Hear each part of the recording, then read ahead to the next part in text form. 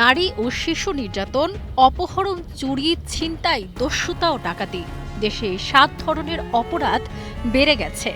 গত বছরের অগস্ট থেকে ১৩ মাসে এ ৭ ধরনের অপরাধে দেশে ৩৯,৯৩৬টি মামলা হয়েছে।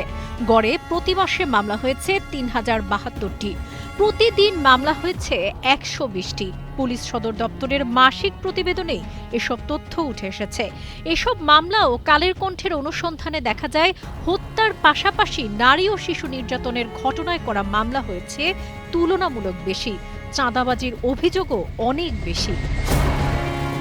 অপরাধ বাড়লেও সে তুলনায় নেই প্রতিকার। সম্প্রতি রাজধানীর খিলগাঁও এলাকায় কালের কণ্ঠের মফস্বলের সম্পাদক রিদওয়ান আকরামের বাসায় দুর্ধর্ষ চুরি হয়। প্রায় ১ মাসেও উদ্ধার হয়নি মালপত্র, গ্রেপ্তার হয়নি অপরাধীরা।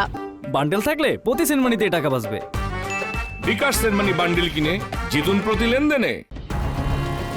স্বরাষ্ট্র উপদেষ্টা জাহাঙ্গীর আলম চৌধুরী সম্প্রতি সাংবাদিকদের বলেন, সামাজিক অস্থিরতা, অসহিষ্ণুতা, নৈতিক স্খলন প্রভৃতি কারণে অপরাধ প্রবণতা বাড়ছে।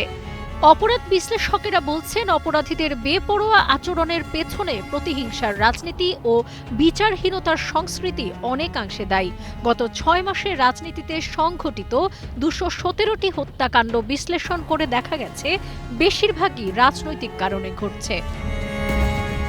অপরাধ ও সমাজ বিশ্লেষক অধ্যাপক ডক্টর ইফতেখার উদ্দিন চৌধুরী বলেন, নৈতিক শিক্ষা ও সচেতনতা বাড়ানো ছাড়া দীর্ঘমেয়াদে অপরাধ কমানো সম্ভব নয়।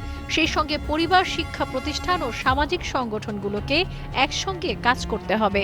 সাম্প্রতিক সময়ে মব সহিংসতা এবং নারী নির্যাতনের ঘটনা ইঙ্গিত দেয় সামাজিক আস্থার সংকটের দিকে।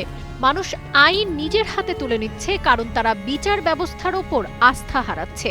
এটা রোধ করতে হলে দ্রুত বিচার নিশ্চিত করতে হবে, এমনটাই মনে করছেন অপরাধ ও সমাজ বিশ্লেষক অধ্যাপক ডক্টর ইফতেখার উদ্দিন চৌধুরী। সাবরিনা কাজী, কালের কণ্ঠ।